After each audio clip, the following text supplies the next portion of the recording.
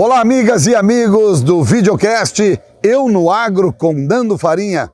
Desta vez, nós estamos na mágica Punta del Este.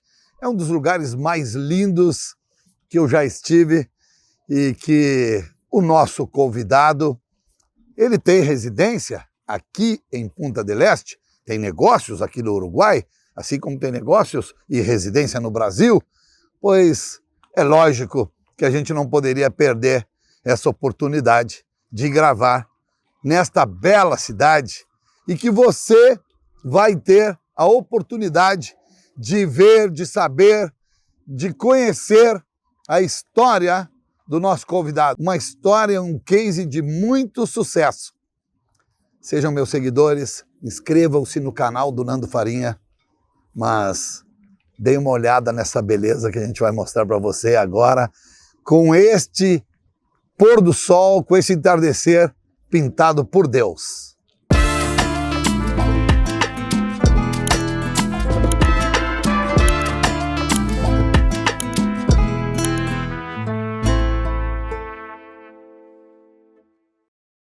E o nosso videocast Eu no Agro com Nando Farinha tem o oferecimento de Terrasul, conectando ao futuro.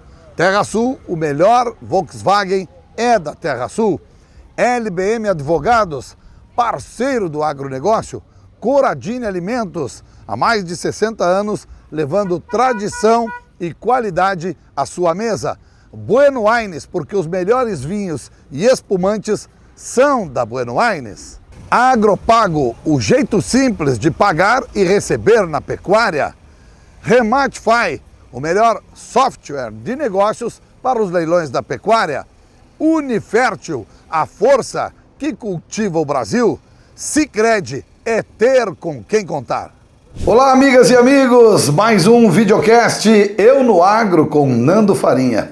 Desta vez, nós viemos até Punta del Este, aqui no Uruguai, que é, sem dúvida alguma, das cidades mais lindas do mundo. Tem muitos empresários escolhem ter casas aqui, apartamentos aqui, passar férias por aqui. Nós temos, né, nós gaúchos e ainda mais do sul do Rio Grande do Sul, como Bagé, como Pelotas, como Jaguarão, cidades que são próximas à Punta del Este. Então isso é muito bom, né? Eu moro em Bagé e hoje meu convidado também é meu conterrâneo, é bagiense, e ele divide o seu tempo, a sua vida, os seus negócios entre aqui, Punta del Este, e também no Brasil.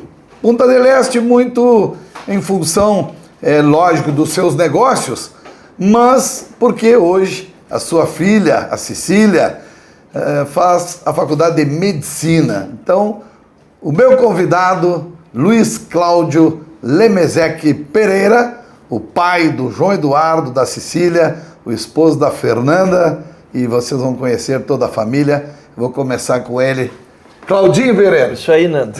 Tudo bem? Que bom. Prazer receber vocês. Que prazer.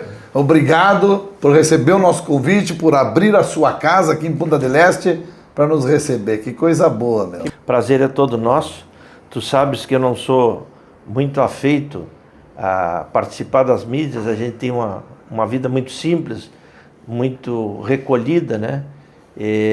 Mas te receber é um prazer. Em um ano e pouco aí que a gente está fazendo o Eu no Agro, você é a 11ª edição. Esse número 11 também é interessante, depois você vai contar. Que coisa, né? Tinha que... As coisas para mim não são coincidências, as coisas acontecem quando tem que acontecer, quando Deus quer. É no tempo de Deus e não no nosso. Na minha vida, Nando, é uma coisa incrível. O número 11 e o número 16. Tudo que eu vou fazer... Bom, hotel, eu já chego, pergunta para a Fernanda, eu já fico esperando, é o 11, 0 alguma coisa, ou é o 16, não sei o quê. 90% das vezes o 11. Eu vou te dizer que na minha vida toda, eu acho que se eu não parei em quartos com o número 11 ou 16, não passou de 10 vezes na vida, mesmo? Com 59 anos. Interessante. É uma coisa impressionante a coincidência. E é a 11ª edição, é o episódio 11. Esse é o número que me segue. E como eu estava dizendo, nestas 11 edições, cara, eu tenho assim, eu só agradeço a Deus porque pessoas maravilhosas, histórias extraordinárias, e as pessoas que têm assistido têm comentado e têm gostado muito, sabe? E a sua história é pra lá de interessante, cara. É pra lá de interessante. É bondade do amigo. Então eu quero, vamos lá. Antes da gente começar a gravação do programa, estávamos aqui conversando, eu com a minha esposa, você com a sua, seus filhos, né, o João e a Cecília, e o pessoal da produção. E eu não ia começar esse programa dessa forma, mas uma tia-avó sua, que para mim foi uma responsável aí, lhe deu uma lição muito legal, que eu quero que você conte para todo mundo, que você vendeu pastéis num baguá, num jogo de futebol. O baguá, para quem não sabe, é o clássico de Bagé, do Bagé e do Guarani. E você se tornou esse empresário de sucesso. Vender pastéis num jogo de futebol foi uma grande lição? Essa tia, antes eu quero só fazer um comentário contigo, cabalístico, né? A minha data de nascimento é 11 de 66. 11 de novembro de 66. Tem então, 11 e 16. Esses números me seguem, me perseguem. Tu vê que o meu endereço em Bagé é 16. O 66, o 11, 11 tem 16, não, tem 11, tem tudo aí. Veja só, o endereço da minha casa, do meu apartamento, é 1666 em Bagé. O número do telefone do meu escritório é 3241-1166. E não fui eu que escolhi. São as coincidências da vida, né? Mas enfim. Não, falando um pouco sobre essa tia. É uma tia-avó, irmã da minha avó. Essa tia basicamente criou a minha mãe e criou os irmãos da minha mãe, porque esta tia-avó que se chamava Gisela. Dona Gisela. Gisela, casada com Gaspar, que era primo do meu pai. Opa, grande seu Gaspar. E a tia Gisela ficou com uma responsabilidade muito grande que ela puxou para si, porque a minha avó, que era a irmã mais velha dela, veio a Bagé para o nascimento da primeira filha, da Ana Luísa, primeira e única filha depois, para auxiliar a irmã, e morreu a minha avó no voltar para Porto Alegre num acidente de avião famoso de 1957 em Bagé. E com isso a minha tia adotou os filhos, e por conseguinte os filhos dos filhos, né? Ou seja, filhos da minha mãe, que ela tinha como netos, embora sobrinhos netos. E a minha mãe, quando casou, veio morar do lado da casa dela em Bagé. Então essa tia era madrinha do meu irmão, do Carlos Alberto, do meu único irmão, e essa tia me adotou como filho. Eu vivia mais na casa da minha tia do que em casa. Quando aos 15 anos eu decidi da minha cabeça, não quero mais estudar, colégio não é o meu forte, não me dou com os livros. Cheguei em casa e disse pro pai que eu não queria mais estudar. Não quero mais estudar, e travei uma batalha com o pai. E o pai enlouqueceu comigo, disse, não, eu não quero um filho peão. Tu te forma, depois a gente conversa. Eu disse pro pai, não, tu não entendeu. Eu não quero e não vou estudar. E o pai tentando me mostrar que para não estudar eu tinha que ser independente. Aí chegou um ponto que o pai disse, vamos encerrar a conversa. Eu digo, não, eu quero parar de estudar. E o pai me disse, bom, se tu quer parar de estudar, tu tem que ser independente, porque quem te dá a mesada sou eu, porque quem paga a empregada para lavar a tua roupa sou eu, quem te dá comida sou eu. Bom, fui parar na tia. Tia, eu quero que tu me ajude, eu quero vir morar contigo. Não quero mais estudar, e meu pai está me obrigando a estudar. E ela disse, não posso fazer isso, porque eu vou brigar com teu pai e com tua mãe, mas eu vou te ajudar. Tu vem aqui quinta-feira, isso era um sábado, tu vem aqui quinta-feira, não sei por que ela disse para vir quinta. Quinta eu cheguei lá e queria saber de uma vez qual é a solução, né? Mágica. Um cara com 15 anos. Para eu poder me sustentar. E ela disse, ela me enrolou daqui, me enrolou dali, me deu um bilhete, vai lá, comprou uma dúzia de ovos, 2 latas de azeite, 1 quilo de guisado, não sei o que, no Vigil, que era o supermercado da época. Vigil. E depois de eu insistir com ela para me dizer, não, vamos almoçar, vamos não sei o quê, no estado de nervos, queria saber qual era a solução. Fui lá, voltei com aqueles negócios e ela me disse, olha, tu não tem currículo, tu é menor de idade, e me ocorreu tu vender pastel. Porque eu desde os 10 anos, ela era patroa do CTG, do Gaspar Silveira Martins, e ela me botava no caixa, eu lidava com venda de bebida, disso, daquilo, então, ela já me induzia, porque via a minha vocação para o comércio, né? E com aquilo ela me disse, não, a solução é essa. Chorei, fiquei furioso, daqui a pouco ela veio lá. E eu disse, tia, parei de chorar aqui, vamos negociar, eu vou lá vender os pastéis. O mais importante de tudo, para encurtar a história, Nando, Eu vou lá, vendo os pastéis, vamos imaginar que fosse 50 pastéis a R$3. Chego com dinheiro em casa, tô rico, aquele monte de trocado, um monte de dinheiro e tal. E ela me botou sentado ali, vamos dizer que fosse R$150, R$3 o pastel, que eu não lembro qual era a moeda, acho que era cruzeiro, e dividiu em 3 bolinhos iguais. E me diz assim, isto aqui é o dinheiro que eu te emprestei, um bolinho para cá. Já me devolve. Me devolve. Este outro é o teu capital de giro para tu comprar a próxima safra de pastéis. E esse aqui é o teu lucro. Pá, só isso, eu trazia um bolo assim, meu lucro é esse aqui. E ela me disse assim, meu filho, eu não estou te cobrando a minha mão de obra para fritar os pastéis, tu não está pagando imposto para o governo, porque isso aqui não é tudo sem declarar, senão o teu bolinho era ainda menor. Esse bolinho aqui, meu filho, chama-se vida real. Como quem diz assim, tu tá morando com o pai e com a mãe, nesse baita conforto, tu quer enfrentar tudo isso para ganhar só isso?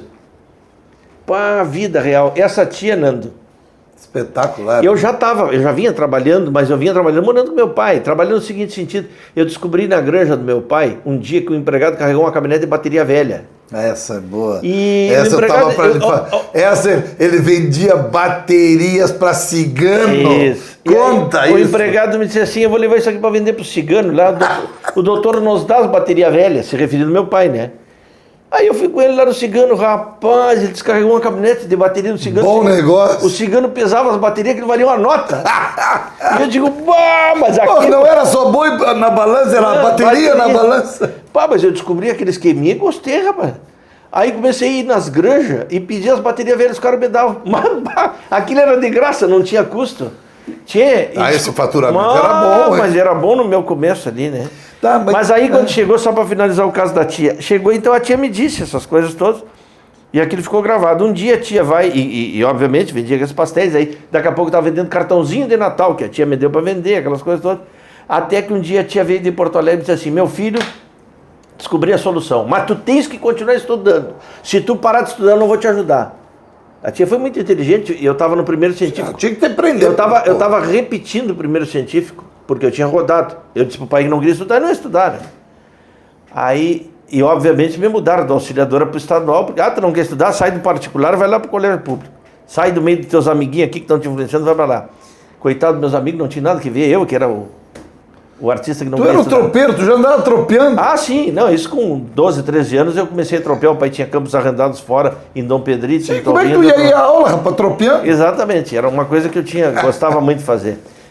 Aliás, nessas tropeadas... Ele foi tropeiro, rapaz, o homem foi tropeiro. Nessas tropeiro, vendedor de pastel, vendedor de bateria para cigano, vocês vão anotando, E aí, só para finalizar o caso da tia vem de lá de Porto Alegre e diz assim, descobri um negócio novo para ti. E já tem a ideia até onde tu vai botar. Tu vai botar do lado do escritório da tua mãe, ali no centro, na garagem, uma loja de comidas congeladas. Ó! Como é que é loja de comidas congeladas? Mas quem é que vai comer comida congelada, tia? Que nem picolé? Não. Que na época, por que ano foi isso? 84. Hein? 84. 42 anos atrás, a gente essa de comer comida congelada não existia. Não existia. Né? Não, Bagé nem sabia o que era isso. Não tinha. Foi uma novidade. Nós não tínhamos micro-ondas na época. Sim, imagina. Bom, para te resumir, eu montei a loja de congelados. A tia fazia comida para mim no início, porque eu não sabia cozinhar, obviamente, né? E ela me disse, enquanto tu seguir estudando, eu te ajudo. Eu tive que passar para o turno noturno. E os meus pais tiveram que me emancipar, embora eu já viesse trabalhando antes.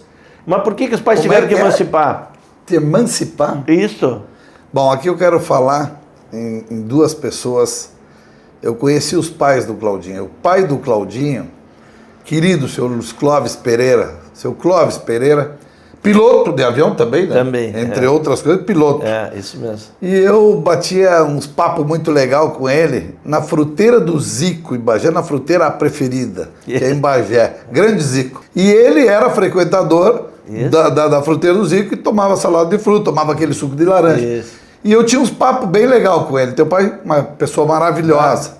E a tua mãe, a dona Maria Luísa, é uma senhora muito inteligente, uma senhora... E que tu tinhas uma ligação muito forte com ela, né, Claudio? Tenho até hoje. É forte, né? Muito forte. Bah, minha mãe foi meu esteio. Então é o seguinte, ó, vamos assistir ela aí. Ela vai falar alguma coisa para nós aí. agora, e o seu Luiz Clóvis Pereira também. Desde muito pequeno já se mostrava grande empresário. Desde pequeno sempre gostou de trabalhar no campo, de aprender. Me iniciou muito cedo. Ele com 16 anos ele já começou a trabalhar. Já tinha o negócio dele? Já tinha o negócio dele e nós tivemos que emancipá-lo. Ele era 18 anos, porque ele tinha que fazer negócios que precisavam ser feitos por pessoa maior de idade.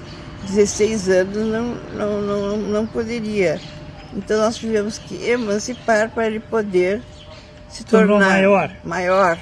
Muito orgulho de ter um filho. Só nos dá contentamento, porque o Claudinho é uma pessoa que iniciou cedo, desenvolveu muito, então o Claudinho hoje pode considerar que é uma figura à parte, o negócio dele, tudo é além do normal. Muito orgulho.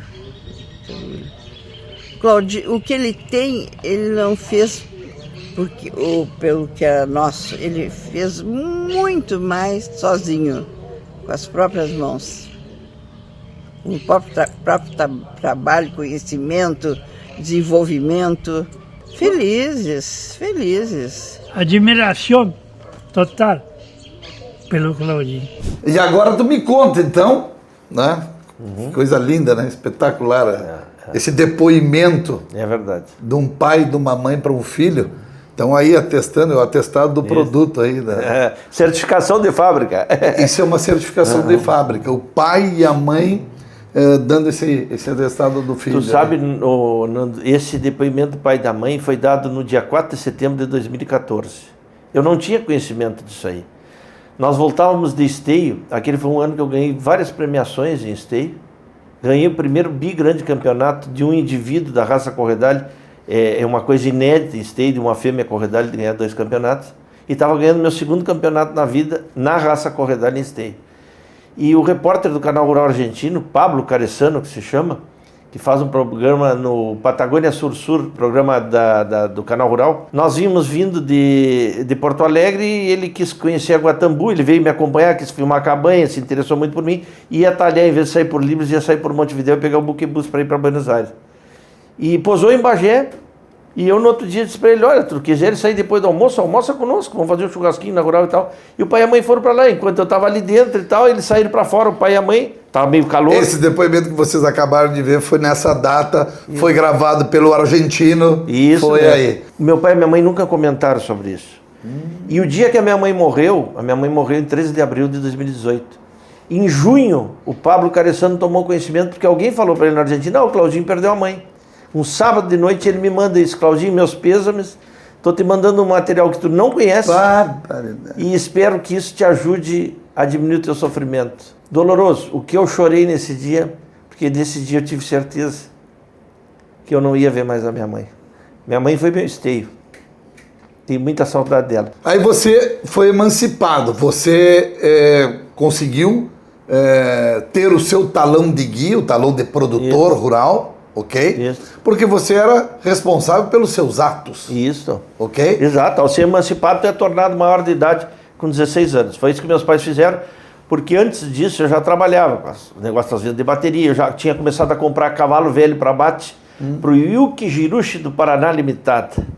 Era uma indústria de cavalos velhos de abate que tinha no Paraná. E eu fazia toda a minha movimentação pela conta da minha mãe. E era uma esculhambação, dinheiro que entrava, dinheiro que saía. A mãe não aguentava mais. Qual é o meu dinheiro aqui na minha conta? Porque tu deposita, tu saca e tal. Então quando surgiu... Vamos te emancipar, tu vai abrir, vai ter uma conta, tu vai ter o teu talão de cheque, tu vai ter o teu talão de produtor e te vira. Se tu quebrar também, problema é teu. Isso aí, exatamente.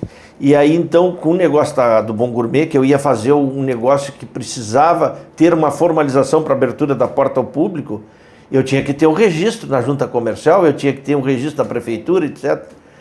E aí, então, a mãe propôs, Clóvis, vamos emancipar. Não, não vou emancipar, ele vai voltar a estudar. Clóvis, o Claudinho não volta mais a estudar. Vamos emancipar. Até que ela convenceu o pai a me emancipar. Espetáculo. E eu comecei a loja de comidas congeladas. Essa loja de comidas congeladas ficava ao lado da casa da minha tia, onde era a casa do meu avô antigamente, a irmã do pai, a única irmã tia Mareus, e o meu tio Arley. E o tio Arley... Na avenida principal de Bagé. Isso, na avenida Na 7 de setembro. O ponto já te ajudou um monte. Muito. Duas coisas me ajudaram. O ponto nesse começo e uma coisa inegável. Tu ter o sobrenome Pereira, ou Jacinto Pereira, que vinha do doutor Alencastro, meu avô. Credibilidade. Um dos advogados mais respeitados dinheiro. da história em Bagé. Não, era o respeito. Credibilidade. Exatamente. E depois meu pai, que foi uma pessoa também que era muito benquista pelas pessoas, era muito... O meu pai era... Nós éramos diferentes, né? Eu era respeitado pela credibilidade. O meu pai era respeitado por ser uma pessoa querida, uma pessoa que todo mundo gostava. De mim nem todos gostam, mas a credibilidade era o que fazia, digamos, a aproximação minha com as pessoas. E o pai, por ser uma pessoa querida. Então, o nome do meu pai, pelo patrimônio que tinha, por todas essas coisas, pela credibilidade que vinha já do meu avô, abriu muitas portas para eu comprar gado gordo. Eu não tenho dúvida disso. Talvez na época eu achasse que não, mas hoje eu não tenho dúvida. O guri do Clóvis, como eu era tratado no começo, Sim. depois passou a ser o Clóvis, o pai do Claudinho. E aí mudou, né? E a sua vida, então, no agro? Vamos lá. Aí passou o tempo dos pastéis, passou o tempo das baterias, passou a gourmet, porque você viu que você queria mesmo era comprar boi dos outros para a indústria, Isso. intermediação de um produtor para o outro, mas você tinha um objetivo, eu acho que muito que foi onde te levou e te trouxe até onde você está. Uma meta de comprar gado para você mesmo. Isso. Na verdade, assim, né, Nando? Bom, o tio Arley me introduziu, então, na compra de gado, né? Chegou um frigorífico, Marchanteria Berlim de Pelotas. Foi o senhor Arley Saraiva que te colocou no meu padrinho de crisma. Ele que me colocou. Um senhor maravilhoso, que está junto de Deus também, e que eu sempre admirei muito, seu Arley. Então, o seu Arley foi o responsável por te colocar. O pai sempre me disse, ainda quando ele viu que eu não ia estudar, me disse assim, por que tu não monta um escritório para ti de compra e venda de gado? Toda a família é produtor rural. Entra nesse negócio. O pai ainda me dizia, porque o tio Bido, não sei o quê, papapá, o tio Bido, o pai, seu Clóvis, o pai era muito enxergou mimoso, também. O pai era muito mimoso, o tio Bido. E o pai falava sobre isso, mas não dava muita bola. Até que um dia o tio Arley chega, para mim, nós éramos vizinhos ali do escritório, e diz assim, Claudinho, tem um frigorífico que está procurando um comprador. Tu não quer comprar gado para frigorífico? Mas o que eu entendo de gado gordo, tio? Que idade tu tinha? Eu tinha 16 anos. 16. Digo, o que eu entendo de gado gordo, tio? E diz ele assim, mas tu não entende, mas para aprender? Eu digo, vamos ver e tal. Passado uma segunda vez, veio o frigorífico de novo, queria um comprador. Disse, olha, eu tenho um sobrinho que é comprador, vamos ali. Pegou o cara do frigorífico e levou ali no escritório. Era do lado. Tchê, tô aqui com esse homem aqui que é o comprador do frigorífico, ele quer te conhecer e tal. E ele quer que tu já vá para fora com ele agora, que tu já vai olhar, ele quer ver o teu conhecimento, tal. Tchê, encaixou, comecei a comprar pro frigorífico. Mas esse frigorífico quebrou, Nando. Um ano depois esse frigorífico quebrou. E eu me entupi com os automóveis recebidos desse frigorífico. Nossa! Bueno, para te resumir... Tem uma história de um campo que entrou um monte de carro, agora depois eu quero... essa é uma compra de um campo. Mas isso é mais para frente, eu te conto. Bom, resumindo, que aí eu comecei a comprar gado e nisso me aparece o Manuel Machado. Manuel Machado. O Manuel Machado era um amigo, que aliás foi ele e a Maria do Carmo foram meus garotos propaganda para TV Bagé do Bom Gourmet, loja de congelado. O casal descongelando a comida, né? Tá. E o Manuel me liga e diz assim, tia, tô com um cara aqui do supermercado, dinheiro dentro da bolsa, o cara é lá de Sapiranga, e esse cara quer um lote de boi gordo, tu não tem lote de boi gordo para ele, paga à vista? Eu digo, tenho. Comprou o gado e tal, levou, e aí o cara diz assim, eu vou te apresentar meu neguinho, ele gostava de chamar, tudo dele era meu neguinho, vou te apresentar meu neguinho, o Lauri é um cara, gente finíssima e tal, era o Lauri Zimmer, rapaz. E aí comecei a comprar pro Lauri Zimmer, primeira carga de boi que eu comprei pro Lauri, foi do Caio Lemos de Carvalho. Opa! Saudoso Caio, era do Caio e do Felipe. Outra. Esse gado onde hoje é do Dicoff. O melhor jogador de tênis do Brasil. Exatamente. Do Brasil. Passando o Bar da Rosinha ali no Pedrito, passando a Guatambu, eles tinham um campo ali onde hoje é do Dicoff. E eu fui lá comprar uns bois de 3 anos, que eram terneiros, que eles compraram na Feira de Terneiros, recriaram, passaram em pastagem e venderam. 5 de agosto de 1986. Chegaram 2 caminhões. 40 anos atrás. O Lauri tinha 2 tocos, um azul e um vermelho, o Inter e o Grêmio. Os caminhoneiros eram o José e o Pedro. Chegaram lá e eu carreguei os primeiros 33 bois pro Lauri. E dali fiz um cliente. O Lauri ficou meu amigo, foi meu padrinho de casamento com a Fernanda, meu grande amigo. E o primeiro frigorífico? Frigorífico de porte foi esse. Sim. Porque antes eu comprava os marchantezinhos. Ok, mas você comprou para quase 20. Eu comprei para 17 frigoríficos. Ao mesmo tempo? Ao mesmo tempo para 17, entre marchantes e frigoríficos. Sim. Frigoríficos era a Cicad, o Becker Miller, o Zimmer. De frigoríficos eram esses. Marchantes? E marchantes eu tinha mais 14 marchantes. E quase tudo era no prazo, Claudinho? Tudo era 7 dias, 10 dias, Nossa 15 dias. Com 30 dias era só Cicad e o Becker Miller. O resto era tudo prazo curto. Mas eu que garantia pagamento, né? Mas até que eu tive tu já tinha um lastro? Não, então? eu dava pagamento de boca, porque em patrimônio eu não tinha nada, né? Sim, tu tinha... Eu tinha vontade. Vontade. Me lembro uma vez que eu tinha comprado, eu estava comprando Becker Miller direto, assim, um monte de gato. E eu me lembro que eu dava cheque para todo mundo, né? E veio o tio Valdir para mim e disse assim: ah, meu filho, não dá teu cheque, não te compromete. Olha, eu já passei por uma história, uma vez que estourou um frigorífico, pá, que eu sofri para cobrar. Te aconselho não fazer, mas eu segui insistindo. E eu tive um tufo muito grande em 98. 98 eu já estava namorando a Fernanda. Estourou um frigorífico que não era do Rio Grande do Sul, que alugou a Alegretense naquele período, e me deixou engatado com 620 ou 640 boi, não me lembro. Nossa! Bah! Ali foi o sufoco. Mas mais de 600 boi. Todo mundo recebeu em dia. Não teve ninguém que não recebesse. Mas tu já tinha. Ah, não. Aí eu já tinha lastro, né? Claro, aí já estava numa outra situação. Que idade você tinha? Eu tinha 32. Ah, bom, lá com 32. Não, Tá, porque eu tô indo na sequência. O primeiro frigorífico que estourou, eu tinha, que foi o Berni, eu tinha 17 anos, não tinha 18, tinha 17 anos. Ok. Muito bem, eu quero que você conte o seguinte, ó, porque aí nós estamos indo na sequência aí da sua idade e dos seus negócios. E eu quero que você me confirme isso, eu acho que você vai confirmar. Em 1989, nós tivemos uma grande seca. Ah, foi. Tá? Isso. Estiagem é uma coisa, seca é bem mais grave que estiagem, né? É verdade. Seca, no ano de 89. Tanto é que Bagé, a cidade, a nossa cidade, é famosa por uma cidade que não tem água. É verdade. A água até ela tem, ela não tem barragem até hoje, barragem decente, né? Tem umas barragens pequenas e tal. Nós, eu, o Claudinho certamente, nós carregamos água. Ah, sim, banho de caneca. E chegava o caminhão-pipa, a gente ia lá com balde para levar para cá. É verdade. Foi um horror aquilo. Foi. Nós tivemos essa seca muito grande na região da Campanha, que é a nossa região, e também norte do Uruguai, né? Sim, que é a Ceguá. Do Rio Negro para cima, todo Exato. o norte do Uruguai. Bom, e aí eu quero que você conte para todos como é que você participou de uma exportação por parte do Uruguai, uma importação por parte do Brasil, da Cicad, foi? Foi. Você fez a intermediação de quase 40 mil cabeças de gado. Foi. Olha, Claudinho, só nessa comissão você ganhou um... Tu pensa na comissão e não sabe o trabalho que eu passei. Foi o... Não, espetacular. Porque, gente, o que eu quero que vocês saibam, né, entendam. Este amigo, ele começou a sua vida com 16 anos a trabalhar e tal, e ele cresceu rápido, sim, mas é que ele estava no lugar certo, na hora certa, aquelas coisas. E o que me chama a atenção? Porque, lógico, o corretor, eu também sou corretor de semoventes e de imóveis, ok? Eu faço a intermediação também.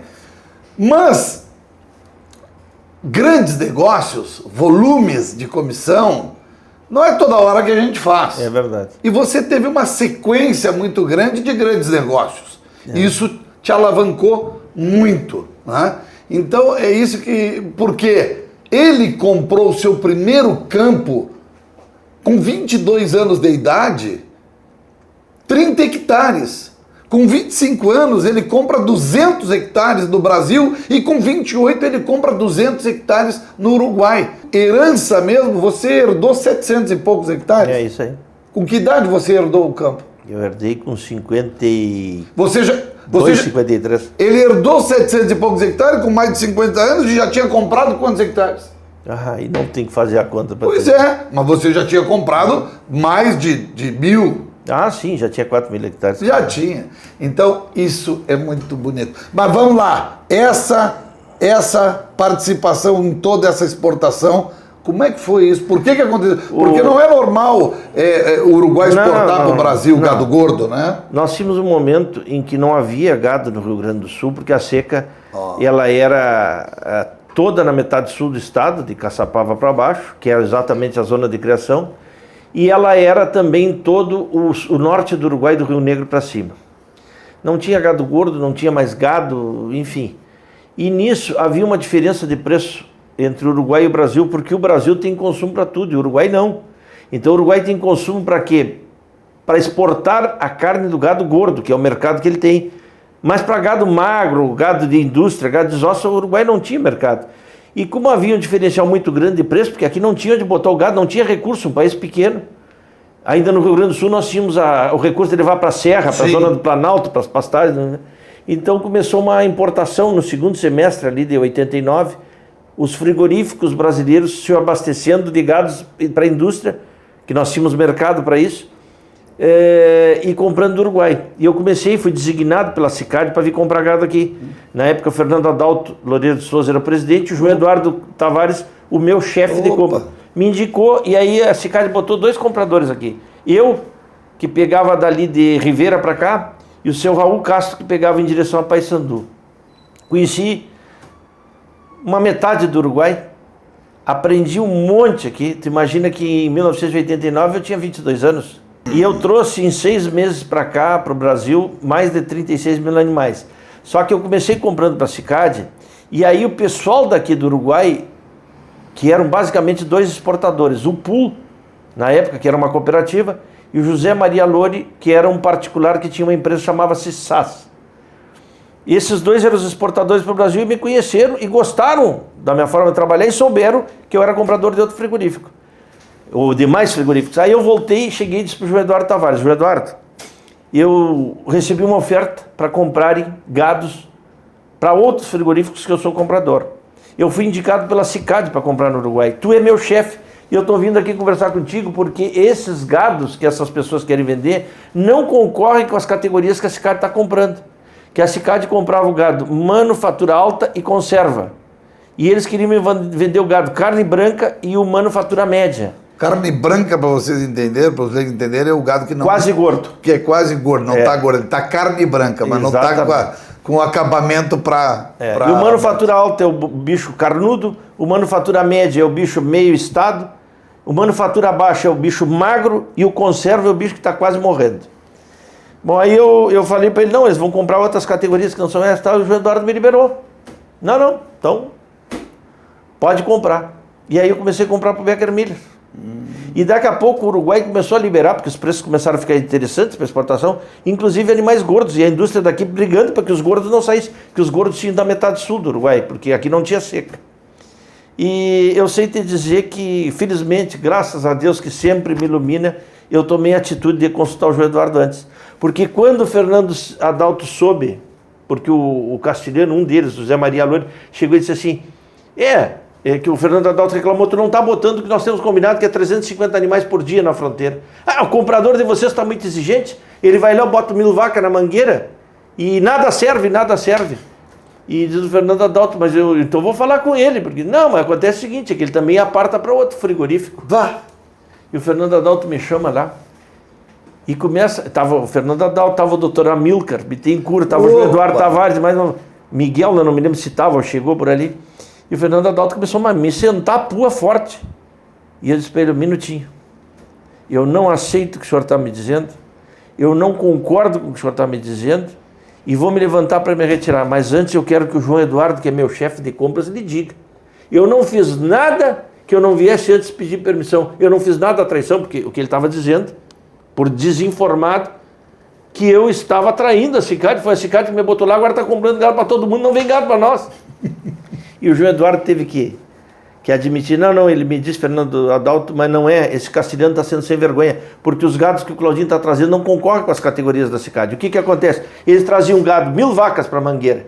Como o Fernando Adalto não quis aumentar, exigiu que eles cumprissem o contrato e o preço tinha aumentado, o que eles faziam? Eles traziam 50 vacas das categorias da Sicad e 950 das categorias do outro. Eu simplesmente classificava. Quanto sobrou? Sobrou 500 para o outro, sobrou 50 para a Sicad. Mas não era eu que estava sacaneando. O produto que me mandava eu classificava conforme combinado. Mas era sacanagem do castelhano, porque ele queria que o Fernando Adalto aumentasse o preço. Então ele fazia pressão, entendeu? Foi isso que aconteceu na época. Mas enfim, foi um grande aprendizado. E aí, Claudinho, como é que tu entraste aí tu entrou aqui no Uruguai e nunca mais saiu, né? A Associação de Consignatários Do Uruguai. É a CG? Isso, a CG, correto. A CG. Isso. E você começou a fazer parte da CG nessa época? Não, foi o seguinte, ó. Quando eu comprei campo no Uruguai em 94, antes disso eu já tinha uma criação no Uruguai, porque eu me criei ali no Rancho de Las Flores, a 7 quilômetros de Vitiadeiro, essa cidadezinha uruguaia, fronteira com Bagé, porque o meu tio Gaspar e a minha tia Gisela tinham propriedade rural, até hoje tem os netos ali, a propriedade rural. Para todo mundo saber que a estância dele aqui no Uruguai é ali naquela região de Vitiadeiro. Isso, exatamente. Né? Bom, e aí então eu vivia cavalo por ali, Vitiadeiro, me criei, gostava, falava um portunhol. Quando eu comprei o primeiro pedaço de campo no Uruguai, em final de 94, eu comecei a reencontrar pessoas com quem eu tive negócios no tempo da Sicad, em 89, claro. E comecei a me relacionar, sempre tive facilidade de relação. E essas pessoas que sabiam que eu era corretor lá em 89, começaram a se aproximar de mim, querer saber informação de preço de gado no Brasil, etc. e tal. Até que um dia eu recebi um convite para participar da 75ª edição do aniversário da Associação de Consignatários, aniversário número 75. E fui convidado como um representante dos corretores de gado no Brasil. Na época era o Tarragô, lá de Alegrete. Tarragô Rosa? Isso. Homero Tarragô. E o seu Jarbas Quinor, muito meu amigo, saudoso Jarbas Quinor, era o vice-presidente. Eu fui e liguei para o seu Jarbas. Seu Jarbas, estou convidando lá do Uruguai, assim, o senhor não quer ir como representante e tal.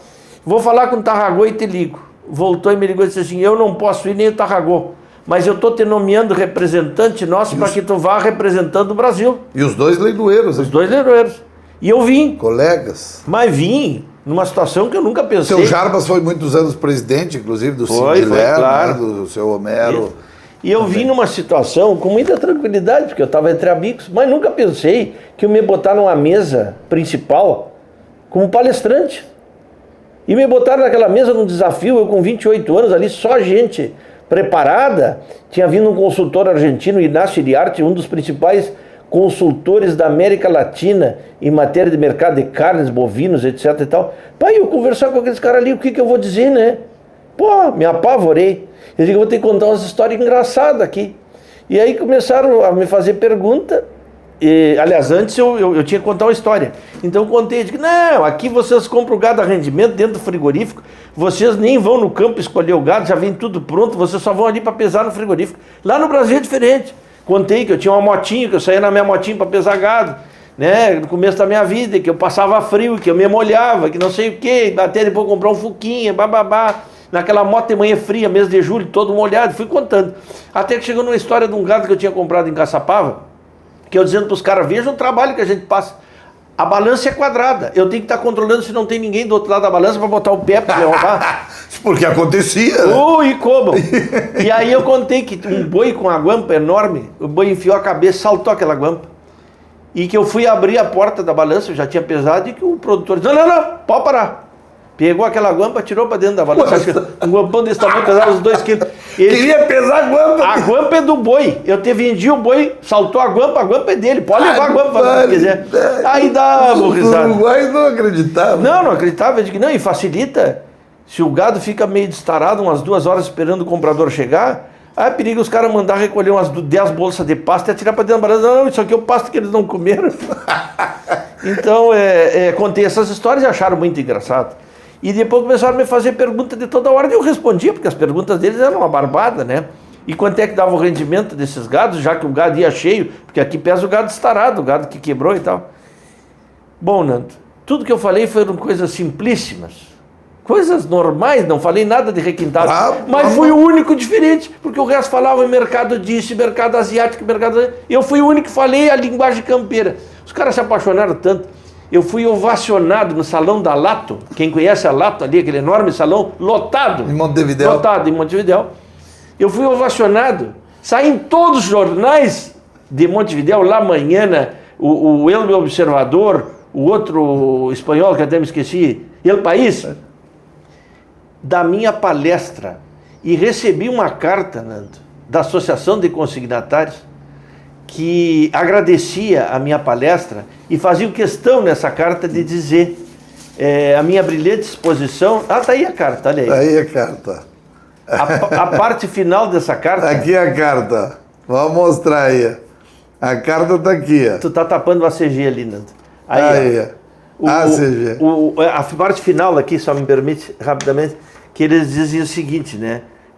Que obviamente, ao me escolher, sabiam que não corriam risco e tal, mas se um mérito tem esse conselho diretivo é saber escolher as pessoas.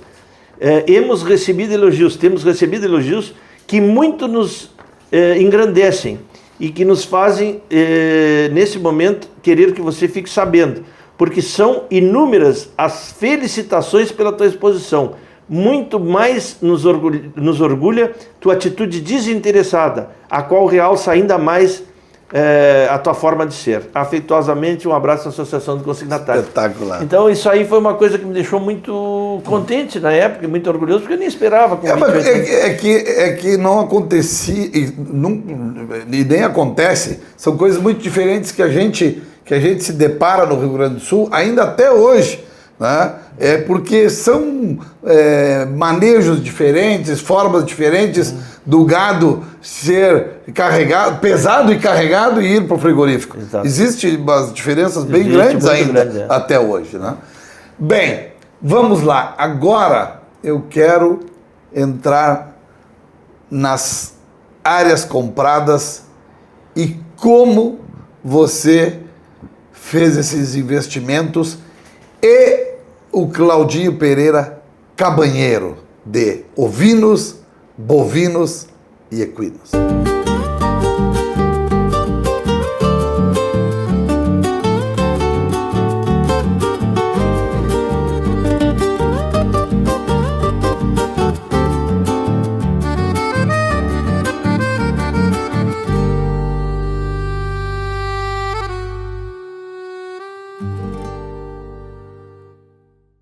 Quero saber das áreas de campo. Primeira área, os 30 hectares lá no Jaguarão.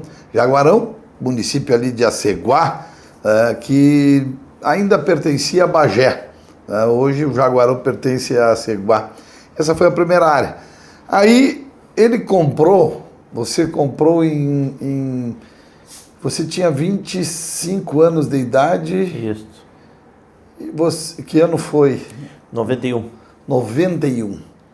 2 anos depois da Grande Seca, 2 anos depois da importação pela CICAD, você cresceu muito, você adquiriu essa área, os seus negócios expandiram e aí você tinha um recurso e investiu então em 200 hectares numa região de campos finos. Na região de São Luís, Bagé, São Luís, próximo a Serrilhada. Isso, na estrada Bagé-Serrilhada, naqueles campos maravilhosos, você adquiriu ali os primeiros 200 hectares naquela região. Exatamente. Como é que surgiu essa oportunidade? Ali começa a transição para o Ponche Verde. Ali começa, digamos que o calcanhar do Ponche Verde. Para quem não sabe, fazer um comentário, Ponche Verde considerado um dos melhores campos do mundo. Ali eu comprei de um primo 200 hectares. O primo tinha herdado do pai dele e esse campo ficava ilhado, ou seja, tinha servidão de passagem, mas ele era encravado, ele não tinha acesso à estrada. Esse campo era lindeiro com meu primo Gideão. Gideão Pereira, presidente hoje da CNA, foi presidente por muitos anos da FARSUL, É vice-presidente. Perdão. Hoje vice-presidente da CNA. Vai ser o presidente. Com certeza. E ele foi presidente da Farsul muitos anos. Hoje é vice-presidente da CNA, primo do Claudinho Pereira. Gedeão Pereira. Um abraço, amigo. E o Gideão, então, me disse, quando soube que eu tinha comprado o campo, pá, mas o que vai fazer com 200 hectares perdidos aqui dentro? Eu disse para ele, tia, eu comprei o que dá no tamanho do meu bolso, mas eu não me preocupo com esses 200, diz ele. E com o que te preocupa? Eu me preocupo com o resto que tem daqui até a estrada que eu vou comprar, em breve vai ser meu. Como de fato acabou acontecendo. E então aí foi o meu primeiro, digamos, pedaço grande de campo, porque 200 hectares para quem estava começando a vida era um monte. Para quem tinha comprado 30, comprar 200, barbaridade. E assim foi. Aí, esse ano foi 91. Eu acabei... Bom, para tu ter uma ideia, esse negócio seria grande para mim, que até o auto, que eu tinha acabado de comprar um auto para mim, eu tive que botar no negócio. Não, mas não tinha condições de comprar tudo. 3 anos depois eu consegui realizar um sonho que eu tinha desde a minha infância. Olha. O sonho de comprar um pedaço de campo no Uruguai. Eu sou apaixonado por esse país. Então eu quero fazer um parênteses aí, um comentário, que você também teve uma empresa com mais 2 sócios, né? Isso. Uma empresa financeira, né? Ah, foi. Isso aí foi em 94. LCL? Isso, LCL, Empreendimentos e Participações. Eram as minhas iniciais, Luiz Cláudio Lemezec, e com as iniciais do tio Cláudio, que também era meu sócio, Cláudio de Leão Lemezec. Ah, o Cláudio Lemezec, esse historiador, grande nós historiador. No L ainda o Luiz Felipe, que era um outro sócio. Então, e o Felipe, né? Filipinho, esse é o Felipe. Esse, o Felipe Alves também, bom, grande Felipe. Eu sei te dizer que foi o seguinte, ó, eu tinha vendido todo o meu gado, que tu sabe que no mundo dos negócios tu tem que ser corajoso, né? Tu tem que saber a hora de entrar, a hora de sair. A Fernanda ainda falava sobre isso ontem. Quem não é corajoso e arrojado dificilmente se torna grande. Eu era só invernador de boi. E em 94, eu já estava confinando, eu comecei o confinamento em 92, porque eu tinha pouco campo, né, Nando? Então, como invernador, eu tinha que ter uma disponibilidade para engordar quantidade grande de animais no inverno, que era quando tu conseguia fazer uma reposição numa condição melhor, porque o gado era magro, tinha um ganho compensatório, porque tu conseguia uma diferença entre o gordo e o magro menor, porque não era uma época de muita demanda de reposição, então eu tinha que ter volume no inverno. E eu não tinha, eu trabalhava ali em 400, 500, 600 hectares. E aí eu fiz o confinamento, porque eu conheci lá no Biac, em Cachoeira, no Luiz Francisco Biac. Eu fui comprar um gado gordo dele, pá, uma simplicidade, os coxos no meio do campo, dando silagem e tal. Pá, eu vou experimentar. Eu fui pioneiro em Bagé nisso aí, logo depois de mim o Portinho. E depois a Cicade. Álvaro Porto. Bom, eu fiz um vídeo na época, eu vendia os cassetes para os caras comprarem o vídeo e ver como é que fazia o confinamento. Até fita, até a VHS, né? VHS. VHS. Ele vendia fita VHS com o programa de confinamento. Vendia, fui lá. Que legal. Não tinha um cara que era o Tomate, chamava? Foi esse cara, o Tomate, que fez a locução para mim. Tomate era meu colega de colégio, rapaz. Tomate tá na rádio. Há pouco tempo tava em Bagé ainda. Era o cara que fez a locução. Tomate, figura. Bom, eu sei te dizer que... Então, em 94, eu vendi todo o meu gado e chega o Felipe com o tio Cláudio lá, dizendo, Felipe, eu saí da prefeitura, trabalhava com guaranaca, não sei o quê, eu queria montar um negócio com o teu tio, pensei em botar uma loja de equipamentos para gaúcho, para não sei o quê. Eu digo, não, vocês dois advogados vão botar loja para equipamentos para gaúcho, eu tenho negócio muito melhor, vamos abrir uma financeira e vocês como advogados e eu como administrador do negócio e tal. E, mas uma financeira precisava, eu não me lembro quanto que era o nosso capital. Você falou em quê? Guanaco? O Felipe trabalhava com guanaco na prefeitura. Dr. Carlos Sazambuja. Isso. Prefeito em Bagé, deputado estadual, deputado federal. Isso. Dr. Carlos Sazambuja. Prefeito de Bagé. Dr. Carlos. Quando ele foi, eu acho que, não sei se ele foi para Brasília, o que é, o Felipe ficou. E aí o Felipe queria montar um negócio com o tio Cláudio, eram colegas, o Felipe tinha sido secretário do meu pai, da minha mãe, do tio. E voltou para a iniciativa privada e foram me procurar para montar um negócio. Eu disse, vou montar assim e tal. E aí abrimos essa empresa, a LCL, em 94. Logo depois da abertura dessa empresa, eu tinha vendido aquele gado aqui, eu comprei então os 200 hectares no Uruguai e realizei um sonho. Era um sonho que eu tinha de ter um campo no Uruguai. Eu já tinha pedido para o meu pai, não sei quantas vezes, vamos comprar campo no Uruguai. E o pai dizia, não tem dinheiro, não tem condições, o Uruguai é um país pobre, o Uruguai é isso, o Uruguai é aquilo. Bom, seja lá o que for, Nando, o Uruguai para mim é a minha casa. O Uruguai para mim só não é minha pátria porque eu nasci no Brasil. Mas hoje o Uruguai para mim é qualidade de vida. O Uruguai para mim é o lugar que me dá prazer, é onde eu vivo. Olha aqui, ó, tô na frente da praia aqui, Nando. É verdade. Tá? Eu sento aí para tomar mate, dali do meu quarto tu enxerga a praia da vidraça toda. Coisa mais linda. Sabe o que é tu acordar aqui de Quem manhã? imaginou, hein? Aquele cara que comprou 30 hectares, hoje, quantas 1000 hectares aqui no Uruguai, no Brasil também, e com um imóvel de luxo, de frente para o mar. É verdade, trabalhei bastante e E não me arrependo. Trabalho dignifica, Nando. É verdade, dignifica. Comprou 200 hectares, e aí, mas tinha a área era bem maior. Você comprou 200 e arrendou quanto? Eram 2.085 hectares. Nossa! Eu comprei 200 10 vezes e mais. arrendei 1.885. Inclusive, quando eu comprei, eu tinha vendido um campo em Aceguá, que era o campo que eu tinha, os 30 hectares, mais um campo que a minha mãe tinha me emprestado por 3 anos para eu fazer benfeitorias, aramado, açudes, etc. Eu tinha comprado do meu tio Cláudio, do lado, mais 128 hectares e arrendado da minha tia Marta 128. Eu formei ali no Jaguarão, depois comprei mais 173, eu formei 611 hectares, mas nos 173 que eu comprei, meu pai pagou o campo e deu metade para mim, metade do meu irmão. Quando eu fui para o Uruguai, o meu irmão tinha um dinheiro, compramos juntos 100 hectares para cada um. Olha. Só que em seguida, depois, o meu irmão não teve condições de continuar no negócio, eu comprei a parte dele e segui comprando essas áreas. Então, eu comprei os primeiros 200 hectares e arrendei o restante por 15 anos. Era de brasileiros esse campo. Nossa. Bem na fronteira ali.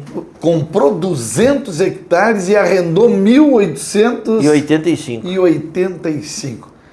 Aí Ele, por quantos anos? 15. Em 15 anos. Você comprou tudo? Eu comprei toda aquela parte e mais uma outra parte que eu comprei depois, que era lindeiro, fazia parte do mesmo imóvel. Foi aí, numa dessas partes que você comprou, que você entregou um galpão e 20 automóveis? Foi. Foi? Isso é inédito. Essa é uma... Isso é inédito. Essa situação... Ele entregou um galpão e 20 automóveis. De onde é que saíram os 20 automóveis? Detalhe, eu entreguei galpão e 20 automóveis no Brasil. E o campo que eu comprei era no Uruguai. Essa vai pro Guinness, porque eu duvido que alguém tenha feito. Vai pro Guinness Book, vai. Não, foi o seguinte, ó, a nossa empresa, a nossa factoring, não foi uma empresa financeira, não era uma financeira, porque o capital para uma financeira era muito grande e nós não tínhamos na época. Então montamos uma factoring que operava como financeira, desconto de títulos, cheques, etc. Financiamentos de automóveis, aquelas coisas todas. E nós recebemos de uma empresa que teve problemas financeiros uma entrega de 35 automóveis. Usados. Automóveis para comércio de carros usados. E eu estou com aqueles automóveis entupidos, com aquele bonde alto, né? Porque vender naquele momento, plano real, crédito trancado, Nossa. dinheiro escasso e tal. E eu recém tinha comprado 200 hectares no ano anterior. E os donos do campo quiseram me vender mais 785 hectares. Barbaridade. Imagina de onde é que eu ia tirar dinheiro para comprar 785 hectares. Recém eu tinha comprado, não tinha povoado o campo, estava recebendo gado a pastoreio.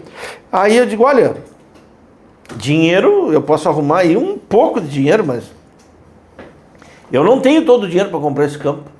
Agora, eu tenho um galpão e tenho vários veículos.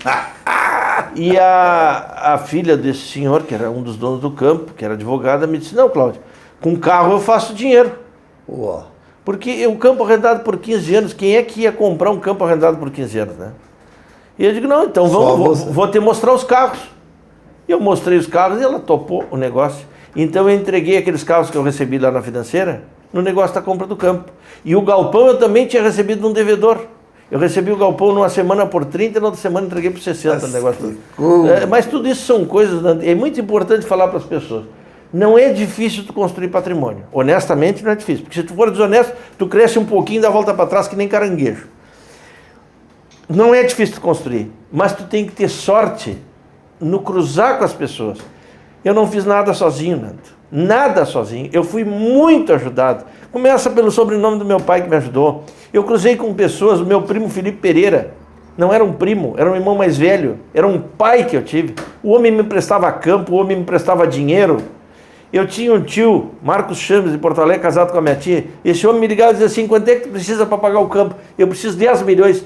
E ele disse, está na conta em meia hora. Tá, mas como é que eu documento para ti? Depois eu pego uma promissória quando eu for a Bagé. E essa credibilidade. Dr. Silvio Scalzini, que há poucos dias fizesse o programa. Dr. Silvio me vendia gado e dizia Grande, assim, Dr. Silvio. na entrada do inverno, qual é o prazo que tu quer? Digo, doutor, eu vou botar no confinamento os bois, vou botar as vacas em pastagem, não sei, eu vou vender esse gado em setembro, eu vou poder lhe pagar em outubro. Não. Vamos botar para dezembro. Senão tu pode te apertar ali na hora de vender, todo mundo está querendo vender. Para dezembro, tá bom? Para 15 de dezembro para ti? Quem é que faz isso? Doutor, e quanto é que o senhor vai me cobrar de juro? Que juro tu vai me pagar? O preço está aqui. Época da inflação. Nando, eu vou te dizer, eu fui muito ajudado. Eu não fiz nada sozinho. Meus funcionários, Nando. Eu tenho funcionários que eu aposentei com 35 anos de casa. Eu tenho funcionário trabalhando comigo hoje, há 32 anos. Meus funcionários mais novos têm mais de 15 de casa. Não, apareceu um pouquinho então. Inclusive eu tenho alguns depoimentos e eu quero que vocês assistam alguns funcionários falando do Claudinho Pereira. Nós éramos mais amigos do que patrão e empregado. Tenho muito orgulho, prazer, né, para o Claudinho, foi um guri maravilhoso. Todas as travessuras dele faz parte de ser da infância, né? E hoje se tornou um grande empresário, um homem maravilhoso como é, de confiança, de caráter, de poder maravilhoso, que cada vez que eu escuto no rádio, na televisão, Claudinho Pereira, eu digo que maravilha, este guri ajudei a criar. Só que deixava de estar no luxo para andar junto comigo num caminhão, dormir numa cama de saco em cima da carroceria. Mas era já o íntimo dele era aquele, né? Porque para fazer um negócio, enquanto o cara vai lá, já foi e voltou. A metade das coisas que eu sei, eu aprendi com ele. E ele é um homem de muita visão, um homem de muito conhecimento, né? E um homem que passa para o funcionário o que ele sabe, ele passa para o funcionário. Isso aí não tem preço, Claudinho. Eu acho. Eu tenho fama de exigente. E sou. Sabe por quê? Todos os dias de manhã eu vou lavar o rosto e tem um espelho na minha frente. E eu olho naquele espelho e digo, Claudinho Pereira, não te afaste dos teus princípios. Aprendeste com teu avô e com teu pai a caminhar na reta. Claudinho Pereira, lembre-se em tudo que você for fazer, caminhe na reta. Homem que anda na reta não se preocupa com o que vem atrás, porque tem um histórico. E isso todos os dias de manhã eu faço. E antes de pensar que eu vou exigir dos meus funcionários, eu exijo de mim. Me orgulho de ser uma pessoa, Nando, que sempre paguei as minhas contas em dia. Nunca na minha vida atrasei uma conta. Tá para nascer a pessoa que vai me botar o dedo no nariz e dizer assim, tu não me pagou e não me pagou em dia. Muito bom. Me conta um pouco, quero saber, depois de tudo isso, esse aumento de área no Brasil, aumento de área no Uruguai, eu quero que você comente um pouco das cabanhas. Você se tornou um cabanheiro de ovinos, de bovinos e de equinos. Vamos lá, a cabanha de ovinos. Você foi cabanheiro, inclusive, de duas raças. É verdade. O Ideal e o Corredale. Quando começou e por que as duas raças? Em 2005 nasceu a Cecília. E na Fenovinos de 2005, a Cecília tinha tido um nascimento prematuro. Nós passamos ali com ela 3 meses de hospital. E eu vou para a Fenovinos de 2005, que foi em Bagé. O Adão Garcia era presidente da Baco. E a Cerro Agudo, dos Família Piegas, fez uma pré-liquidação na Rural de Bagé. A Fernanda, cabanheira de Ideal a vida inteira, o pai dela tinha cabanha de Ideal lá em Pinheiro Machado. O pai dela tinha vendido o campo em 2003. Eu vou fazer um parênteses do Dr. Adão Garcia, tradicional criador de Ideal. Isso. E a família Piegas... Ideal e Corredale. Ideal e Corredale. Pedras Altas, né? Pedras Altas, isso. E aí o meu sogro tinha vendido o campo em Pinheiro Machado, 2003, terminou com a cabanha de Ideal. Nasce a Cecília em 2005 e tem a Fenovinos logo depois da Cecília ter dado alta do hospital, que foi em 21 de abril daquele ano. Eu vou pro remate e disse assim para mim, né? Pá, a Fernanda gosta tanto de cabanha, o pai dela vendeu o campo e terminou a cabanha. A Cecília acabou de nascer, acabou de sair do hospital. sabe uma coisa? Eu vou comprar uma ovelha para dar de presente para a Cecília e para a Fernanda. Espetáculo. E comprei uma borrega do Dr. Flor Amaral naquele remate. E o remate termina com a liquidação da Cerro Agudo. E eu me entusiasmei, comprei o Ideal para a Cecília, que botamos o afixo 7 luas, e comprei o Corredalho para o João Eduardo e botamos João Eduardo Pereira, JEP, o afixo dele. JEP, rapaz, Bom, isso mesmo. o Ideal tivemos 10 anos criando Ideal, já estávamos começando a ganhar em várias feiras, grande campeonato, na Feira Novinos, em Bagé, e aí resolvemos liquidar, porque era incompatível a convivência das duas raças juntas dentro do mesmo estabelecimento. E seguimos com o Corredalho. Aí fiz importações ali em 2009, do Uruguai, 2008, 2009, depois fiz importações da Argentina em 2018. E, bom, ali então tivemos, entre 2013 e 2012 foi o primeiro campeonato nosso. E 2022 tivemos alguns momentos assim importantes, recordes. A ovelha mais pesada do mundo da raça Corredalho, 139 quilos. Me lembro disso. A grande campeã, foi nosso quarto grande campeonato com fêmeas, a grande campeã de esteio 2015, JEP 456. Ganhamos 2 campeonatos com a JEP 234, 2012 e 2013.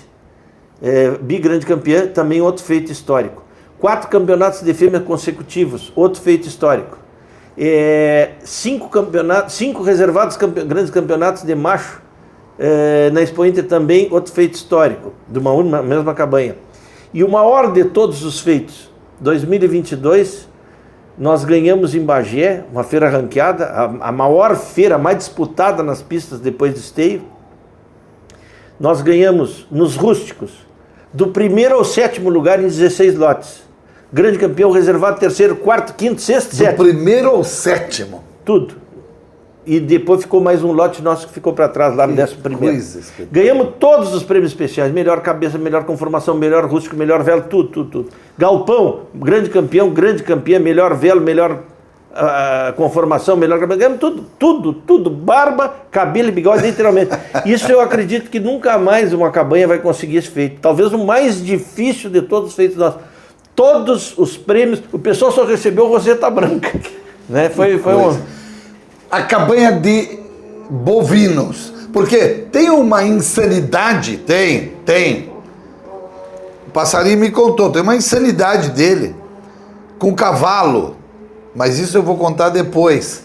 E eu quero, na hora de falar sobre o cavalo crioulo, quem mais vai falar e contar é o JEP, é o João Eduardo Pereira, isso aí. Que conhece a fundo o cavalo crioulo, apaixonado pelo cavalo crioulo, que vai contar. Vamos para os bovinos. Você fez uma cabanha, outra, aí ele tem essa mania, essa coisa, né? Mas é que eu já entendi por que o Ideal e por que o Corredalho, ok?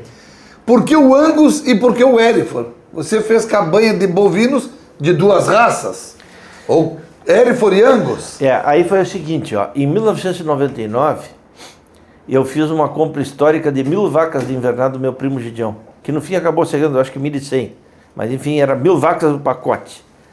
Que ano isso? De invernada, 99. 99. 1000 vacas. 1000 vacas. O Gideão tinha comprado aqueles campos ali da Associação do Dr. Nelson Sarmento, Tarumã, tinha feito uma permuta com Salton, e acabou vendendo as vacas para o invernal, comprei 1000 vacas dele. Dessas vacas eu selecionei as vacas mais novas e iniciei um plantel de Hereford aí, que na verdade não era um plantel, era uma seleção de Hereford que eu comecei, eram vacas Hereford, seleção de muitos anos, mas não eram registrados. Em 2006, quando nós compramos lá a serrilhada Santa Cecília, antiga Santa Elmira, eu resolvi montar uma cabanha. A Cecília já estava com 1 ano. Eu tinha entregue os campos que eu arrendei na época que intermediei a venda da Ana Paula, do senhor Ernesto Corrêa, para Votorantim. E aí terminei de povoar aqueles campos, enfim, a gente comprou, eu e meu sogro, e eu resolvi montar cabanha de touros. Eu digo, vou começar a vender touro, me tranquilizei, cabanha de cavalos eu já tinha há 20 e tantos anos, né? Foi a primeira, né? As ovelhas eu tinha começado, fazia 1 ano e pouco, enfim.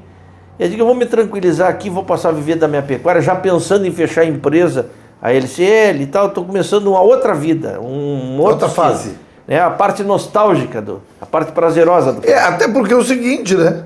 Cabanha Não combina muito com um cara... Comerciante.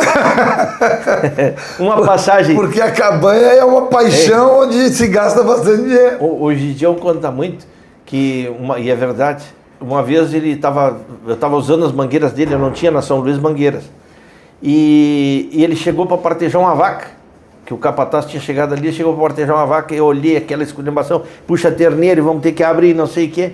E aí eu disse para ele, o terneiro assolhadinho, despeja um iodo por cima, pressiona no vazio, levanta o terneiro pela pata, sacode, eu digo, se depender de mim para ser pecuarista e passar toda essa trabalheira, eu não vou ser pecuarista, mas não quero nem saber disso. E que ele várias vezes falava em cabanha, eu digo, não, cabanha não, tal.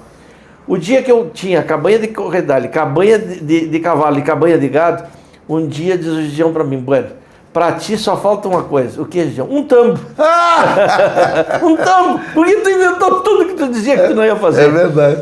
E, bom, aí a parte nostálgica, mas aí, lógico, entra... Porque cabanha tem muito a ver com paixão, né? Com paixão, com essa coisa de você fazer o acasalamento, de você procurar o reprodutor e olhar para ele, olhar o teu rebanho, né? Falando em bovinos, né? Se forem equinos, olhar a manada, e aí tu já imaginando o que vem, né? No futuro. E isso é lindo, isso é maravilhoso. Aí você já estava se dando o luxo de viver essa nostalgia. É verdade. Isso eu tinha meus 40 anos por aí. E então eu comecei a registrar no livro aberto o plantel Lérifer. Tinha o gado da Ana Paula, que eu tinha comprado, Angus, e o Vavá Pereira, meu primo. Opa, Vavazinho! Que teve cabanha de Angus, terminou com a cabanha dele, o Vavá me entusiasmou, por que tu não registra essas vacas e tal, Tem animais, inclusive, registrados, que eu tinha comprado da Ana Paula. Mas, tu sabe que é boa mesmo, vou começar a registrar. E aí comecei a registrar o Angus e o Lérifer, a partir de 2006.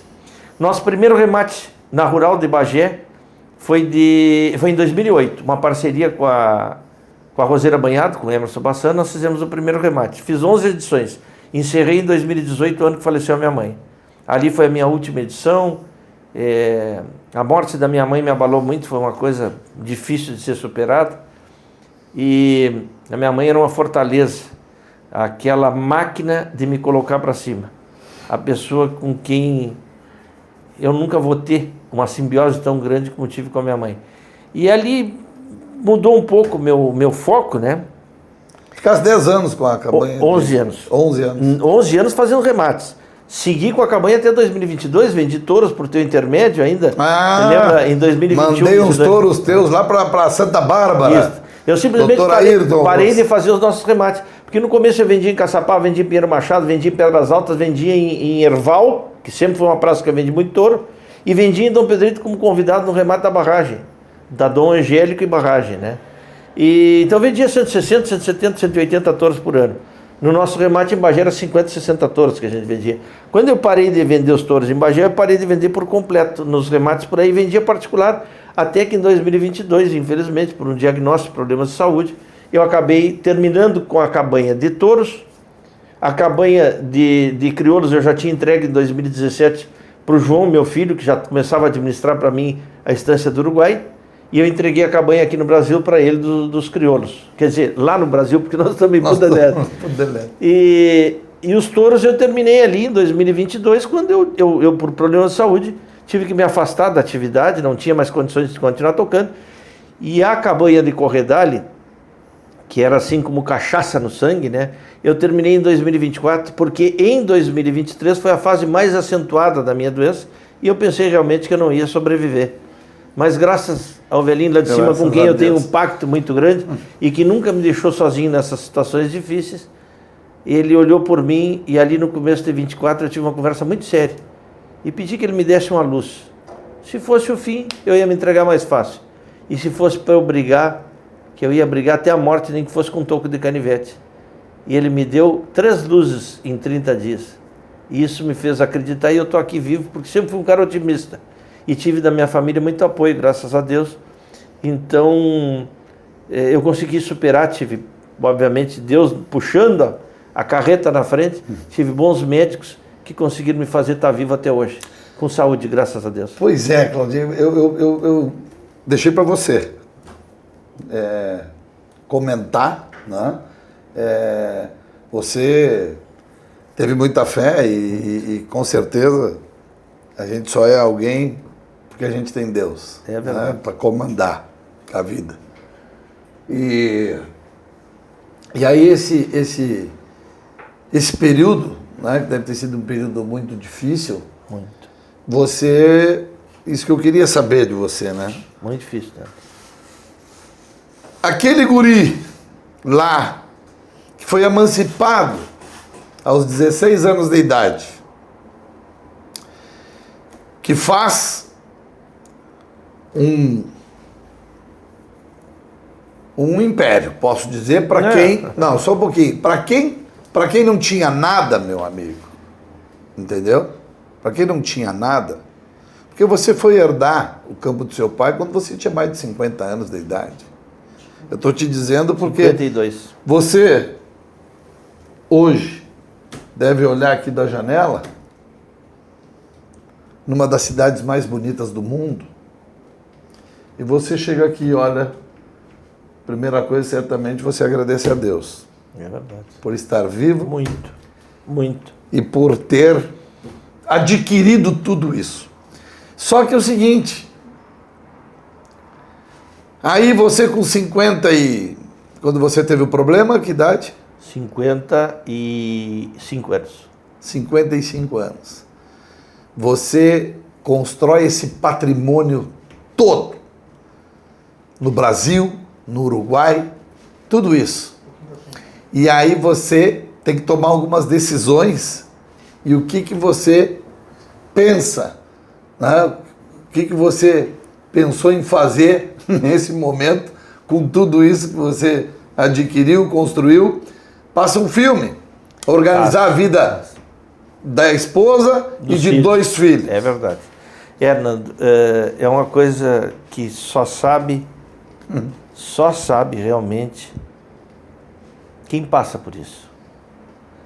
Eu conversava com a Fernanda esses dias e dizia assim, eu não sei o que é um pai perder um filho, e nem quero saber, porque deve ser uma coisa assim muito dolorosa. Mas só sabe a dor disso quem passa por essa situação.